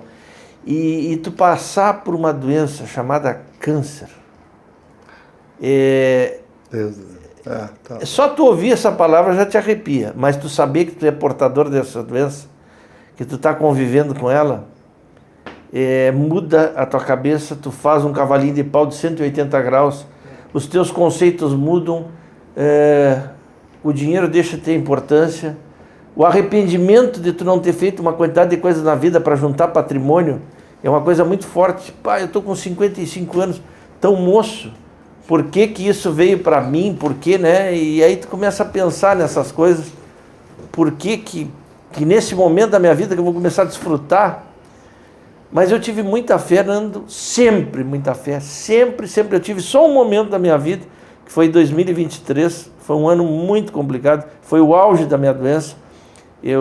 Meus tumores se multiplicavam em número e em tamanho a cada 2 meses que eu ia fazer os meus controles, e nada freava. Até que em março de 2024, eu tive essa conversa com Deus, porque era uma situação assim, eu estava perdendo peso, eu já tinha perdido mais de 30 quilos, perdi cabelo, enfim, todos os reflexos que tu tens de uma doença, e conversei muito com Deus, muito. Momento difícil da minha vida, mas venci. Venci porque tive fé, venci porque Deus sempre foi presente na minha vida, e eu sempre tive a superação pela ajuda dos meus amigos, pelo apoio da minha família, e porque Deus sempre foi uma presença constante. Eu acredito muito que Deus olha pelas pessoas que fazem as coisas certas, e Ele nunca me faltou. Todos os momentos de dificuldade da minha vida, quando a Cecília nasceu, prematura, com 26 semanas, com 925 gramas, era muito difícil superar. E está aí, 21 anos, saudável, sem nenhuma sequela, estudando, uma tigra. Passei por situações como o João Eduardo também, que agora recentemente teve um problema, nós fomos parar nos Estados Unidos, está aí o João. Graças a Deus. Saudável, graças a Deus. Graças a Deus. Então, isso aí. São momentos que que Deus reserva para te tornar mais forte. E eu tô aqui. Parabéns. Obrigado, amigo. Parabéns pela história. Então nós vamos agora comemorar. Se Deus quiser. Eu quero bater um papo com teus filhos, com a tua esposa. Nós vamos abrir um vinho para comemorar. Vamos. E eu quero que o João me conte um pouquinho do cavalo crioulo, que tem algumas imagens bonitas aí também, para que todos possam ver e saber um pouco mais dessa linda história. Eu quero que tu conte. E agora eu consegui reunir a família. O João, Eduardo, juntamente com a esposa do Claudinho, a Fernanda, e a caçula, a Cecília. Coisa boa, Claudinho, a esposa e os filhos reunidos, né, fazendo parte dessa história linda. E eu quero, agora sim, entrar no cavalo crioulo, e é uma das paixões do João, de todos vocês, mas o João, hoje eu noto, observo que ele vive muito o cavalo crioulo. E para ter gado bom, né, João, tem que ter bons cavalos, né? Tem que ter, né? Então vamos lá. Em 1984, Claudinho comprou as primeiras éguas. Foi. Começou a criação do cavalo crioulo em 84. Foi. Comprei do Zé Teixeira 2 éguas, a Pagã dos 5 Salsos e a Masque 62. 2 éguas, nenhuma delas do afixo dele. Uma era 5 Salsos, a outra do Mascarenhas, do Teodoro. E em seguida depois eu comprei a Libra Cambará, num remate lá do Clube Comercial, em Bagé. Que eu trabalhei de pisteiro nesse remate. Eu comprei a Libra Cambará naquele remate. E depois eu negociei com Gunga Vieira, um cachorro por uma égua. Um cachorro por uma égua. Troquei com ele. E ele me deu uma égua crioulo, a Corsa Cardial. Qual era a raça do cachorro? Era Doberman. Um Doberman. E dos brabos ainda. Dos brabos. E aí fiquei com 4 éguas. Depois acabei comprando a Maruja de São Martim, montada pelo meu saudoso amigo Wilson Souza. Opa! Né, que também foi preço recorde na época. Essa égua eu paguei 35 mil cruzeiros, cruzados era, em Bagé. Mas em 1985, recém eu fui me associar. A Associação Brasileira de Crioulos. ABCC. O afixo forquilha, que é a tradução da palavra orqueta no espanhol, porque orqueta era a sede da estância do meu avô, que ficou para o meu pai. Essa eu faço questão de mostrar aí, ó. Dê uma olhada aí, ó. Essa aí, ó, é a estância da orqueta, essa que vocês estão vendo aí. Uma estância linda, linda, linda. Sim, ali eu nasci, me criei, eu e meu irmão, né? Espetáculo, olha só. É o encontro de 2 sangas atrás da sede da orqueta. Inclusive, o pessoal que está vendo aí, vão ver a sanga aí, ó. É a sanga aí. E essa sanga encontra com a outra sanga, que é chamada sanga da orqueta, e forma então uma forquilha. Por isso a cabanha forquilha. Tá? Bom, em 85, quando me associei, número de sócio 1886. Eu fui ainda dos primeiros 2.000 sócios da associação. Hoje nem sei em que número está, mas... E tu tinha o quê? 19 anos? Em 85 eu tinha 18 anos, me associei. Fui lá na BCC em Pelotas, meu amigo Edilon Almeida. O Edilon me associou. Opa, conheci. Amigo de longa data. Bom, eu sei te dizer que a partir de 85, então, eu oficialmente comecei a criar cavalos. Meu primeiro produto, aniversário da forquilha, nasceu no dia do meu aniversário, 11/11/66. Bom, então é o seguinte, ó. Em 1986, eu vou contar. Quem abriu o jogo está aqui do lado, teu filho. Ele fez uma insanidade, mas tu tem que agradecer o pai até hoje, porque tu é criolista, e desse jeito que tu é criolista hoje, por causa daquela insanidade. Em 86, ele comprou um cavalo que o valor equivalia a 300 terneiros. Como é que tu fez isso, cara? Mas um cavalo da Tupambaé também. Ah, sim, na época... Grande Oswaldo Dornelles. Reservado grande campeão de Bagé. Malambo Tupambaé. Perdeu para o Avaí, pai dele.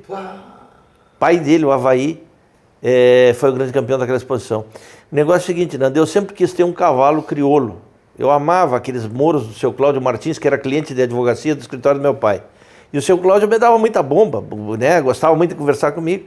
Pá, eu ia para os remates de exposição, entrava aqueles morros, eu apaixonado por aqueles cavalos. Muita influência da Ana Luísa, minha prima, filha do Gaspar e da Gisela.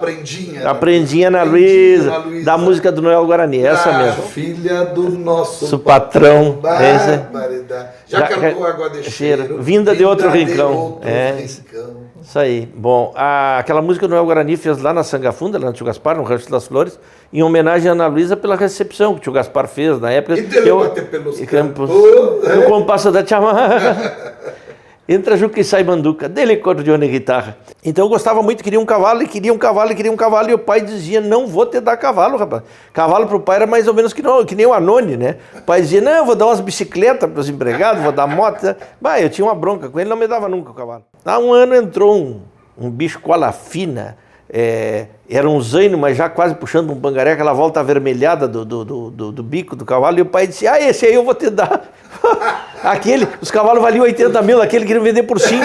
Eu digo, não, esse eu não quero. Tu quer esse aí, esse cabe no meu bolso. Cabe. E quando eu disse para ele que não queria aquele cavalo, o pai me disse, eu tinha 13 anos, nunca mais tu me pede um cavalo, eu quis te dar e tu não quis. Eu digo, não, esse batum de puxar carroça aí, não quero. E aquilo ficou um sonho contido dentro de mim. Quando aos 18 anos entrou aquele cavalo, ele era um tordilho, vinagre, quando novo, né? E aquele cavalo parecia um moro prateado, só que a cabeça não era preta, era um tordilho que ele era prateado com a cabeça meio avermelhada, porque depois ele era tordilho vinagre, depois ficou tordilho, com o passar dos anos. E eu me apaixonei por aquele cavalo. O Manecão de pisteiro e o Mário Fernando rematando. E o Manecão, muito cancheiro, chegou lá e disse assim, pá, vamos comprar o cavalo. O cavalo já andava numa loucura, foi o preço recorde do ano, não teve cavalo esse tempo. Do tio Manecão, o leiloeiro, sim, que estava de pisteiro na que estava de pisteiro, claro. Ele se revezava. Sim, os dois leiloeiros. O doutor Mário Fernando, que eu trabalhei com ele, como pisteiro, eu pisteiro. Isso. E o tio Manecão, carinhosamente a gente chamava de tio Manecão. Manuel Luiz. Meu tio, mas pai dos amigos, do João Vicente, da Ana, do Maneco. O tio Manecão, que era... extraordinário rematador. Os dois grandes leiloeiros. O tio Manecão muito no cavalo crioulo, né? O doutor Mário Fernando rematava crioulo e era muito bom em bovinos. Bom, eles eram excelentes, os dois leiloeiros. Nessa ocasião, então, estava o doutor Mário Fernando leiloando e o tio Manecão de pisteiro. E ele na verdade, o Manecão ele não estava exatamente de pisteiro, ele estava controlando os pisteiros para ele. Tá. Os lances eram de 1.000 em 1.000 cruzados. Okay. Até os 80 mil. Quando chegou nos 80, os lances passaram a ser de 5 mil. Quando chegou em 5 mil, 90 eu dei. Parei, não dá, é uma loucura. Chegou, o cara deu, que eu não sei quem é que estava concorrendo comigo, 95. E o Manecão sobe aquelas escadas, estava bem no canto, lá no fim do pavilhão, o Manecão sobe as escadas vindo ali das mangueiras, do púlpito ali, e sobe lá e diz assim, rapaz, não perde a oportunidade. Os congelados pagam essa diferença. Eu tinha uma loja de congelado, né? Os congelados pagam essa diferença. E me trovou, e eu, guri novo, embarquei. Eu digo, tá, fecha 100 mil. Bah, aquilo foi uma loucura. O quilo do boi gordo valia um cruzado. O quilo do boi a um cruzado, eu paguei 100 mil cruzados, são 100 mil quilos de boi. 100 mil quilos de boi, tu botando aí o preço do terneiro, uma diferença de um 25% acima, nós estamos falando aí em 75 mil quilos de terneiro, quer dizer, seriam 300 terneiros de 250 quilos. É um troço assim, só louco para pagar um valor desse de um cavalo para botar com 4 éguas, né? Espetáculo. Uma loucura, uma insanidade minha. Mas valeu a pena. Valeu aquilo ali, aquilo curou o meu trauma de querer ter um cavalo. Claro. E no ano 1986, numa exposição de Bagé, ano que o Malambo foi campeão em Bagé, julgado ainda pelo saudoso amigo Luiz Mário Saraiva Macedo, o Claudinho era iniciante, era um rapaz bem novo e adquiriu o cavalo na exposição.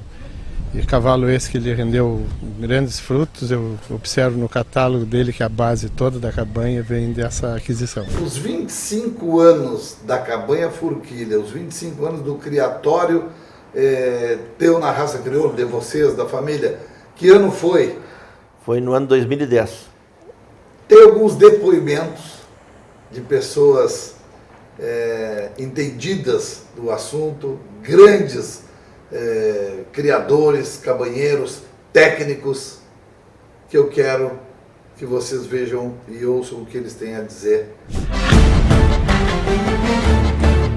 Falar da cabanha Forquilha, falar do Claudinho e dizer assim que eu sou um grande admirador pelo trabalho do Claudinho, né? Uma pessoa numa determinação, um homem que trabalha incansavelmente, 24 horas por dia. Tive a oportunidade de acompanhar o trabalho do Claudinho e testemunhar esses 25 anos, a crescente que ele vem tendo como criador. Claudinho é uma pessoa extremamente exigente com tudo que faz, e isso se demonstra pela qualidade dos produtos que apresenta. Sempre melhorando geneticamente essa cavalhada, cuidando, caprichoso, em todos os sentidos. É uma pessoa que tem preocupação de crescer, de evoluir, e seguramente vai dar incômodo.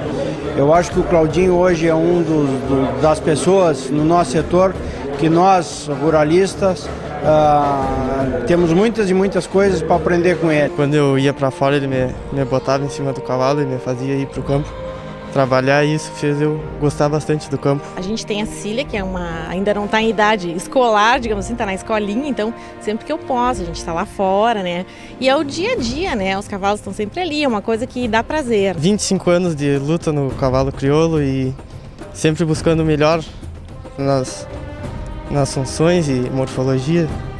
E pra gente é a paixão do cavalo crioulo. Amigo João, faz algum tempo? Faz alguns anos. Alguns anos? E aí, João, quero que você me conte então da sua paixão por tudo isso, né? Acabamos de ver você ali, um guri e tal, já envolvido com os cavalos, com a cabanha. Como é que é hoje, meu amigo, tocar os negócios do pai, da família, no Brasil, no Uruguai, né? O cavalo crioulo? Eu te diria, na verdade, que o cavalo, para nós, ele é mais uma engrenagem dentro do nosso sistema de trabalho, né? Porque o cavalo ele é uma ferramenta indispensável e fundamental dentro do serviço da estância. Tu não toca numa estância onde a atividade dela principal é a pecuária sem o cavalo, né? Perfeito. Então, aliada a essa necessidade que se tem, vem também a paixão, né? Paixão pelo cavalo crioulo. Paixão essa que me foi transmitida pelo meu pai, né? O pai sempre me incentivou e me motivou a montar cavalo desde muito pequeno. E eu tenho inúmeras lembranças da gente sair para o campo e parar um rodeio, e eu entrar, ele junto comigo, entrar no meio do rodeio, ele me orientar naquele momento, eu pequeno, me ensinar a hora de tu meter o cavalo numa vaca no momento certo, não chegar atrasado, tirar um boi do rodeio. Então, isso foi uma coisa que começou muito cedo, né? Essa motivação.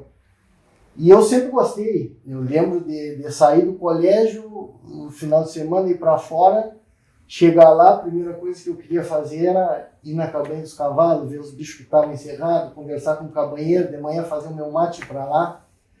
Então, passaram-se os anos e eu tive a felicidade de receber a confiança do meu pai em me entregar também a criação dos crioulos para tocar, né? E agradeço a ele ao desprendimento que ele teve em me dar total liberdade para seguir tocando a partir do momento que ele me entregou a minha maneira, né? A nossa cabanha hoje, nesse ano de 2026, está completando 41 anos de criação. Né? O pai começou, como já foi mencionado, em 1985. E eu procuro dar continuidade a esse trabalho que já vinha sendo feito por ele antes, sempre com os mesmos princípios. Que eu acho que é a gente produzir um animal que seja correto morfologicamente e o principal, um animal bom funcionalmente. Porque ele sempre fez questão que a gente andasse em bons cavalos.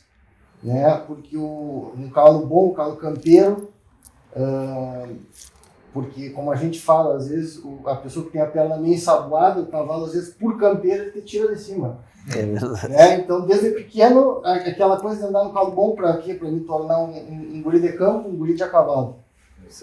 Então eu sigo dando continuidade nisso aí. E com esse objetivo, porque eu acho que não tem satisfação maior do que a pessoa que anda a cavalo, tu montar no cavalo, sair pro campo num cavalo bom, um cavalo campeiro, aquilo ali só te dá alegria, né? Aquele cavalo que a hora que tu precisa dele, a resposta vem pronta. A hora que tu procurar, tu acha. Tu acha, exatamente. Que bonito. Isso aí. E uma coisa ruim é tu andar naquele cavalo ruim, né? Aquele cavalo que tu tem que andar com ele calçado na espora. E não tem prazer maior para quem gosta de andar a cavalo do que andar num bom cavalo, né? Detalhe importante aí para acrescentar, nós temos mais de 1.000 hectares de banhado na carpintaria, onde tu não entra com outra coisa que não seja o cavalo nos períodos de inverno. Exatamente. Não tem. O João tem inclusive vídeos tirando o gado da enchente lá na carpintaria. Isso só a cavalo, meu amigo. Só a cavalo. Eu sei que as coisas, muitas coisas avançaram, tem muita gente que usa moto, quadriciclo, etc. Mas eu sou do cavalo. Eu defendo muito isso, que nós temos que proporcionar todos os produtores rurais que têm os seus colaboradores nas propriedades rurais, deem bons cavalos. Porque um dos incentivos ao peão, ao capataz, ao homem do campo, um dos incentivos para ele ficar e para ele gostar de trabalhar na estância, ele está bem montado num bom cavalo. É verdade, é isso aí. É fundamental. Bem, agora eu volto um pouquinho a falar contigo, mas eu quero saber da Cecília, porque a Cecília, vocês também viram agora aí no vídeo, pequenininha, sempre foi muito envolvida também, né? Tem toda esse motivo, esse porquê, né, Cecília, do pai investir lá nos ovinos, né? Lá na cabanha com o seu nome, e juntamente o pai e a mãe, muito ligados a ti, por tudo, né? E hoje, lógico, uma família tem que ter uma médica.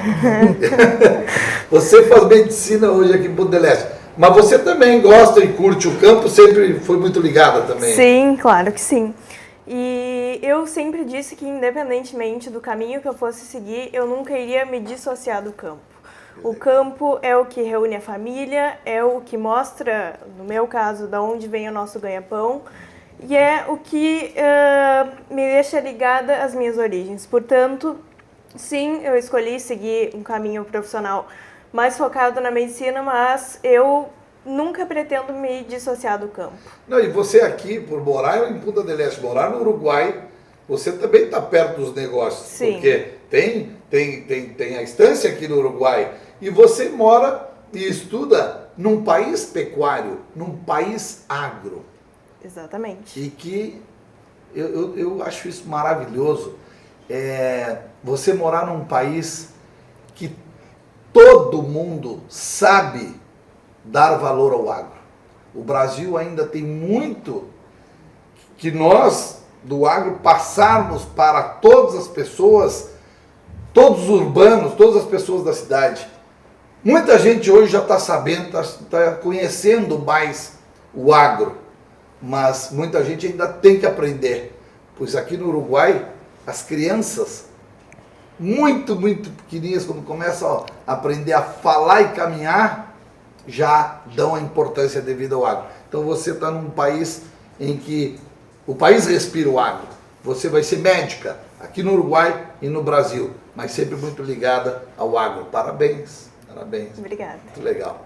Fernanda Scarduelli Pereira, médica veterinária e advogada. Sempre foi também muito ligado ao campo. Dr. Ricieri Scarduelli, seu pai, homem de campo, a dona Maria Helena também, né, de família de Campos, né, lá do Pinheiro Machado, depois foram lá para a Serrilhada. Fernanda, você sempre também, né, respirando o agro, vivendo o agro, e casou-se com um cara que fez tudo isso no agro.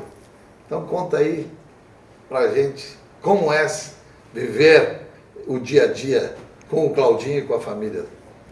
Eu acho que eu não podia ser mais feliz, porque eu tive 2 grandes homens na minha vida e tenho ainda os 2. Um meu pai e o outro meu marido.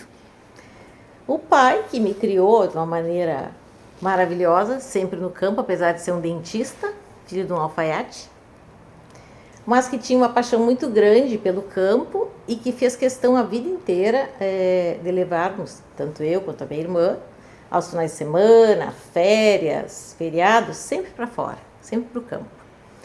E aquilo que para nós era uma brincadeira era uma escola, Nando, não é? Trabalhar na mangueira, ou com o gado, ou com as ovelhas, enfim, passávamos ali 3 meses de férias no verão. E foi através do pai que eu encontrei o Claudinho. Comprando gado gordo. Comprando gado gordo. Não que o meu pai e o Claudinho já não se conhecessem. Não podia ser diferente. Não podia ser. Tinha que ser no habitat lá, tinha que ser lá no meio, né? Conhecer o futuro marido, tá aqui o marido. Exatamente. O Claudinho, comprador de gado, e não era comprador do meu pai, o escritório dele era. Mas quem ia fazer as compras lá era o sócio do Claudinho na época. Mas aí teve uma ocasião X que o Claudinho foi até lá. E aí a gente começou a conversar e é uma coisa assim que Deus tem os seus propósitos, né, Nando? Falando em propósito de Deus, eu encontrei aqui fotos, registros maravilhosos dos 2 homens da vida da Fernanda, ela com o pai, ela com o marido. Claudinho, lá se vão 25 anos. E meio. E meio. De casados. De casados. Mais 3 de convívio e namoro. 28 e meio. Já estamos falando quase em 30 anos. É uma parceria maravilhosa, né? Porque ter uma companheira ao lado, né? Que tem, antes a gente ouvia falar, né? Atrás de um grande homem tem uma grande mulher. Ao lado de um grande homem. Tem uns até que dizem, viu? E eu vou concordar. À frente de um grande homem. Eu estou de acordo contigo. Tem uma grande mulher. Nós somos coadjuvantes. Na verdade é isso, né? É isso aí. Nós produzimos os resultados que nós temos conosco. Uma família unida, uma família bem estruturada. Tu trabalha tranquilo. Uma família onde tu chega em casa e só tem problema, tudo fica mais difícil, né? Com certeza. E a Fernanda, eu lembro de uma passagem, talvez a 2ª vez que ela foi comigo para fora, nós éramos namorados, e nós estávamos fazendo serviço nas mangueiras ali da Santa Teresa, do Gideão, de um gado que eu tinha no São Luís. E chegamos lá, um dia calor, e eu disse, Fernanda, então pega o aparelho aí, Fernanda, segue dosando o gado para mim. E a Fernanda seguiu dosando o gado, aquele brete tinha um pé de dilúvio, os bichos batiam com a mão na água, saltava esterco com água para cima. Bom, não precisa te dizer que a Fernanda ficou de quinta, né? E eu fiquei limpinho, na sombra olhando. E veio um aramador, que tinha sido aramador do meu pai, trabalhava com os gideões, e diz assim, Pereira, tirei o chapéu para ti. Agora tu arrumou uma mulher de verdade. Tu nem precisa mais trabalhar, essa trabalha por ti. E era a Fernanda. Quando chegou em casa, minha sogra, mas o que é isso, guria? A roupa da Fernanda estava de quinta, né? E assim foi. E a Fernanda sempre foi um ser iluminado, que teve muitas ideias, muitas coisas que eu fiz durante a vida de trabalho, desde que eu comecei a namorar a Fernanda, foram ideias dela. A Fernanda tinha uma experiência muito grande de remates, de cabanha, o pai dela vendia animais em Pinheiro, e foi com a Fernanda que eu conheci esse lado da cabanha, né? Uma pessoa que fazia um esforço tremendo nos finais de semana para sair 5h30, 6 horas da tarde, nas estradas ruins com barro, para levar a Cecília para estar lá presente no fim de semana comigo na campanha. Isso aí eu agradeço muito, porque a minha mãe fazia isso para que nós pudéssemos estar com meu pai na campanha. E a Fernanda fez isso porque ela já trazia essa vocação na criação que ela teve com o pai dela. Então, o fato dela gostar de campo, o fato dela ser muito companheira, foi o que solidificou esses 28 anos de casamento. Fernanda, olhando essas fotos, né, que eu que peguei até achei o álbum, e que fotos lindas, que história maravilhosa, né, e passa um filme, né, e poxa, eu gostaria também que você falasse alguma coisa aí do maridão, né? Eu acho que o Claudinho é uma pessoa ímpar, né? Eu acho que ele é uma pessoa generosa, simples, humilde. E exatamente por ele ser assim, eu acho que isso é um fator que influenciou muito no sucesso, porque ele consegue transitar desde a pessoa mais simples, mais humilde, onde ele começou trabalhando, acompanhando essas pessoas, fazendo tropa, ou vendendo cabrito, ou seja lá o que for, e não faz feio onde ele estiver, né? Fala bem, se comunica bem. Ele costuma dizer, eu não tenho faculdade, mas tu tem duas, então uma é minha, a outra é tua. E isso não é uma verdade, né? Porque ele pode não ter faculdade, diploma, mas tem a faculdade da vida. E eu acho que o sucesso do Claudinho vem dessa visão diferenciada que ele tem de tudo. Ele consegue enxergar no caos sempre uma oportunidade, fazer dos problemas, né, degraus para ir cada vez mais longe. É uma pessoa que é focada, responsável, minuciosa e, acima de tudo, muito trabalhador, né? E eu acho que eu já tenho mais vida vivida com ele do que eu tenho para viver, né? E se tivesse que começar tudo de novo, seria ao lado dele. E aquele era o momento da gente se encontrar. E dali em diante, nós seguimos aí lado a lado nessa parceria, né? A minha vida hoje, apesar de eu ser advogada, trabalhar num escritório, eu não me desligo do campo jamais, nem consigo, é a minha alma, né? Se eu fico muito tempo longe do campo, eu adoeço. Não, até porque é o seguinte, há poucos dias, através de mim, num leilão, ele comprou os terneiros, menos para ele. Ele comprou para ti, comprou para o João e comprou para a Cecília, só não comprou para ele. Exatamente. É ou não é, meu amigo? É verdade. É isso aí. Então, isso é lindo demais. E o João, hoje sendo esse braço direito aí do pai e tocando os negócios para a Fernanda e para sua irmã. Parabéns, cara, parabéns. Coisa linda. Que Deus ilumine vocês. Que vocês continuem essa união e valorizem cada vez mais isso. Obrigado. Nós vamos agora brindar, tomar um vinho da Bueno. Muito obrigado. E o meu presente, Nando? Eu vou te dar. Agora, ele disse, tu tem... Eu tinha dito, alguém te mandou um presente. E estava aqui do meu ladinho, e ele disse assim, agora, e o meu presente? Quem te mandou esse lindo chapéu foi a Simone, da Fina Estampa. Muito obrigado, Simone. Muito obrigado, a Fina Estampa. Vou usar com muito carinho. Chapéu é um dos presentes que eu gosto muito de ganhar, viu, Simone? Tem um pro João também. Ela até, depois ela diz, esqueceu de pegar e tal. Passa lá na loja, tá com a loja nova, tem um para você também. Vamos lá. Um presente da Minha pisteira oficial, hein? Oficial, é verdade. Participou em todas as nossas liquidações. Boa pisteira, né? Boa pisteira. Seguinte, vamos fazer o brinde?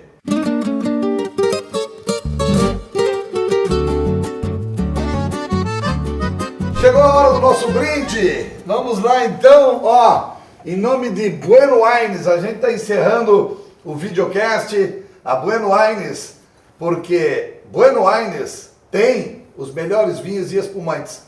Hoje a gente encerra com o Paralelo 31, esse blend maravilhoso, né, um legítimo corte bordalês. E nós vamos degustar aqui com a família e agradecendo a Deus, agradecendo a você, agradecendo a todos os seguidores, patrocinadores, Sicredi, juntamente com a Bueno Wines, nós temos a Sicredi. Sicredi é ter com quem contar. Unifértil Fertilizantes, a força que cultiva o Brasil. Coradini Alimentos, mais de 60 anos, levando qualidade e tradição à sua mesa. Também Terra Sul, conectando ao futuro. O melhor Volkswagen é da Terra Sul. Rematify, o melhor software de gestão para os leilões da pecuária. Agropago, jeito simples de pagar e receber na pecuária. E LBM Advogados, parceiro do agronegócio. Cecília, Fernanda, Claudinho, João, Muito obrigado. Saúde! Saúde. E Isso é o que viva importa. o agro! É eu no agro, Cecília. é você Nós no dois. agro e o agro não para! É isso aí.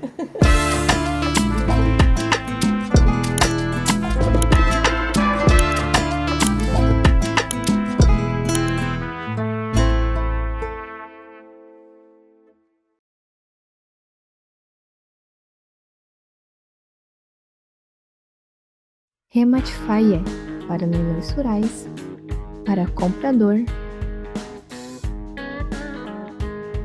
para vendedor, para escritório, para leiloeiro,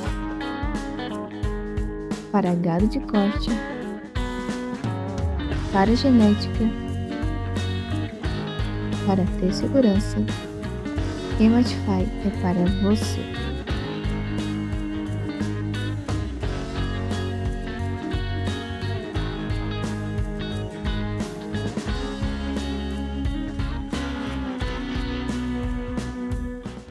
Qual a marca do seu carro?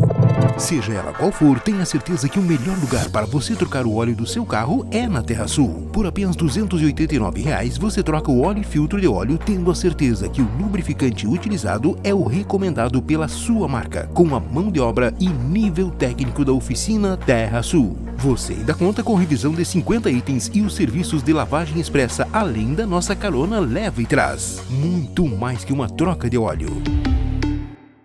Vendeu animais em leilão e não quer se estressar com a cobrança?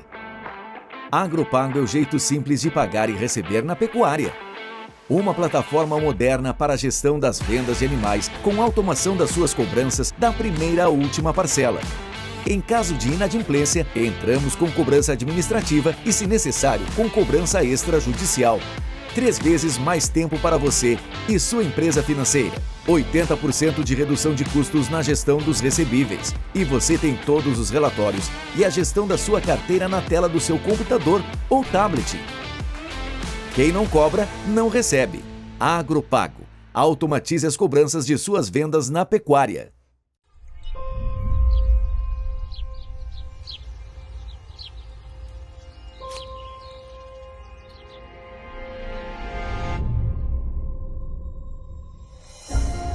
Revolução tem história, tem trabalho, ela vem de dentro. O futuro somos nós mesmos. O resultado é sempre acompanhado de coragem e dedicação. Diante do desafio, poucos veem a oportunidade e fazem acontecer. Porque sempre é possível fazer melhor.